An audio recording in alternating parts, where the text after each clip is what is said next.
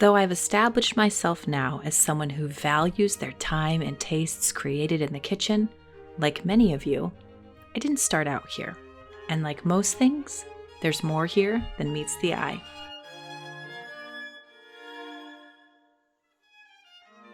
It wasn't until I was away at college that I first began to value food, real food, and the value that it could bring to my life. My mom and I would watch shows on television, and we began to explore tastes and flavors together. It was something that we shared in. But today, I want to take you back a little bit further than that to tell you about my story. Because unlike the Italian kitchens, filled with those nonnas making recipes handed down for generations, with flavors and crops that define a person's life, I'm from a family without nonnas.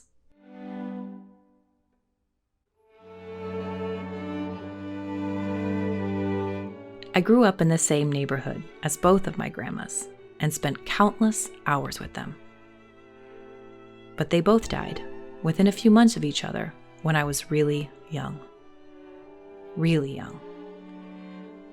I often think of my parents during these few months and what it must have taken to endure such loss, not only for themselves, but also for their children. As much as I pine for the flavors and tastes of their sauces and stews, I don't have them. I can't remember a single thing that they made in the kitchen, and I have no memories of standing beside them. We work hard in the kitchen to eat well, but one of the most important elements of health is to sleep well. In fact, we spend a third of our life in bed. Why would we settle for anything less than the best? Birch makes mattresses that are free from fiberglass and instead are crafted with natural and organic materials. There's no off-gassing, no chemicals, and no polyurethane. Instead, they craft their mattresses with organic and natural ingredients like natural wool and organic cotton and organic latex. Your average mattress can trigger things like asthma and allergies and even skin rashes, but the natural materials that Birch makes their mattresses out of are naturally hypoallergenic. We just returned home from 2 weeks away of sleeping on different mattresses, and that first night back at home was absolutely blissful. Every night is blissful. And right now you can get 20% off your own Birch mattress by visiting birchliving.com/Elliott Homestead. At a very young age, my own mother became the matriarch. She was the one who organized dinners and coordinated meals. When she was younger than me, she was charged with taking the family forward, even without her own mother to lead her, to help her develop her taste. And she did a fantastic job. And it was her care for others and her bountiful table that is a big part of who I am today. My mother's table was, and is, always full.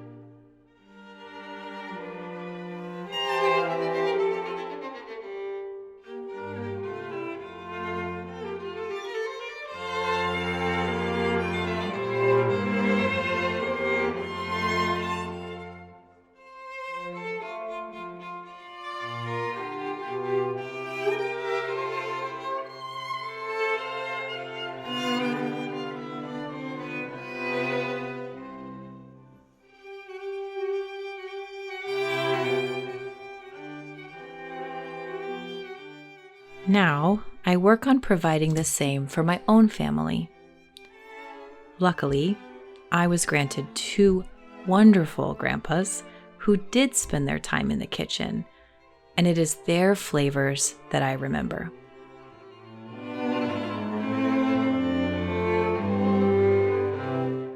My Grandpa T had a garden, and he would grow tomatoes, and I would never eat them. I hated them. The irony is not lost on me, and I wish I could tell him now that not only do I love them, but they are the number one crop that we focus on growing.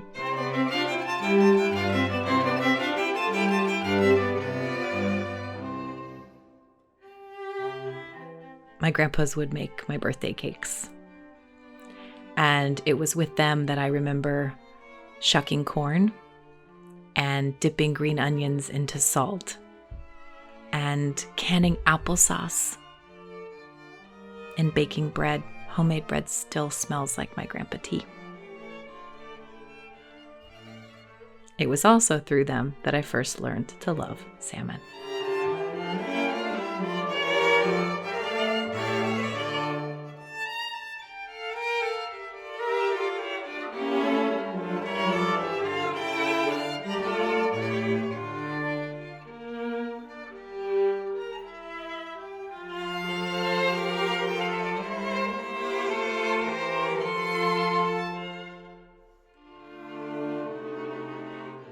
My grandpa Larson made us his famous pies for our wedding, and it was with him that we crafted crusts and cookies and other special treats.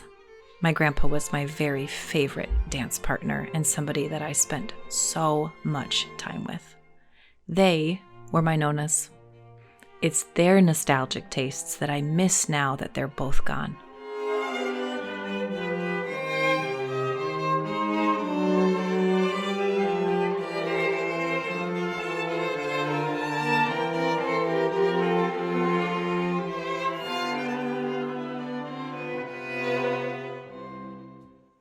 I wished often that I could remember my grandmother's hands making anything, that I could pull up memories of them in the kitchen, any memories. Even though my family grew up around a table and my parents always fed us well, I have very few memories of even my own parents in the kitchen. But luckily, later on, when I became more self-aware, I had a lot to draw from. Time spent around the grill, buttering slices of bread and pulling apart braised meats. Even now, we get together with my family almost every Friday night for Friday night dinner.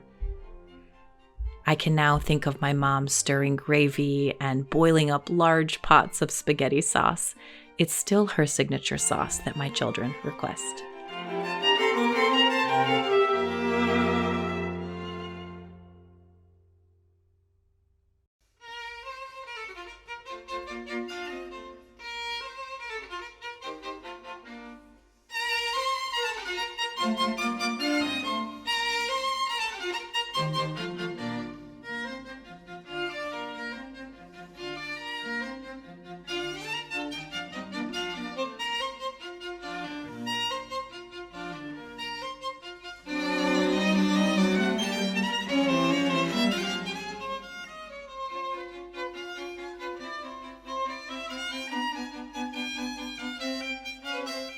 For my own children now, I'm working on developing our own family recipes. Recipes that I didn't necessarily grow up eating, but recipes that will come to define their flavor and their memories of their time at our table. I want them to remember the days when I would make homemade pasta and pile mounds of it on the kitchen table, flour, dusting all surfaces. I want them to remember the smell of simmering sauces and our own signature dishes and the feel of fresh egg pasta on their tongue. Just like I remember my mom. I remember her standing by the stovetop and stirring and seasoning. And I'm lucky enough now to still get to watch her do that. By the way, we were both much younger in this photograph.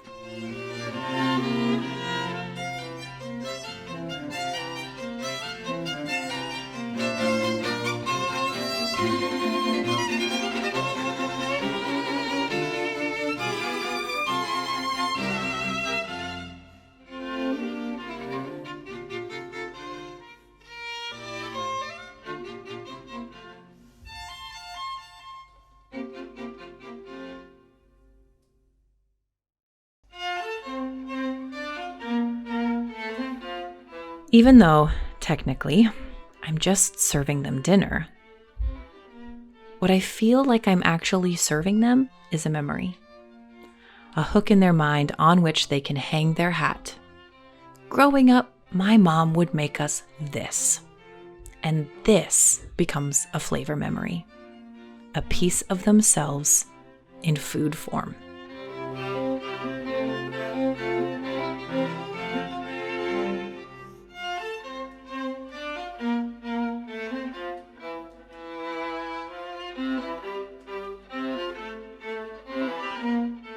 The closest that I can come to this memory growing up is the Norwegian lefse that our family would make during the holidays.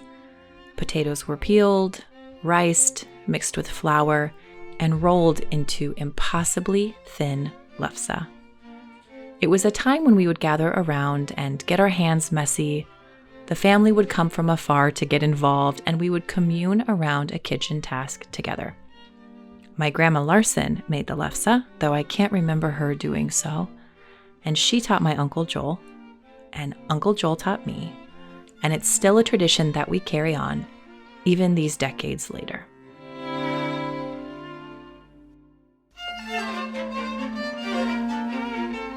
One comes to find that tradition takes a lot of effort, as does homemade pasta and slow-simmered bolognese. But as my friend Dolores reminds me, tradition takes work. It is an effort to carry on something of old into a new time, a new place, a new people.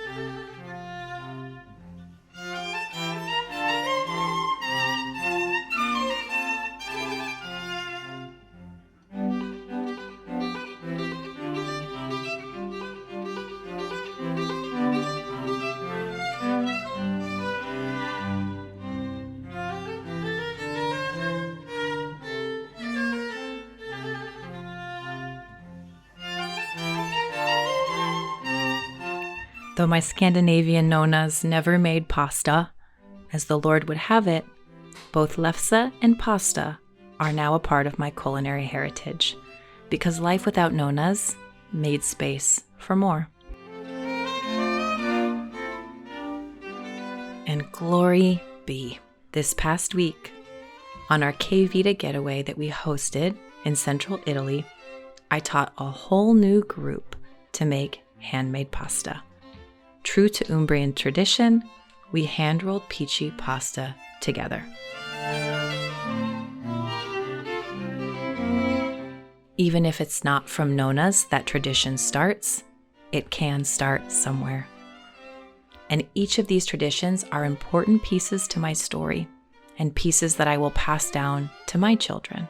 And if you find yourself around our table in Italy with us next April, I hope to pass it along to you as well. Cheers.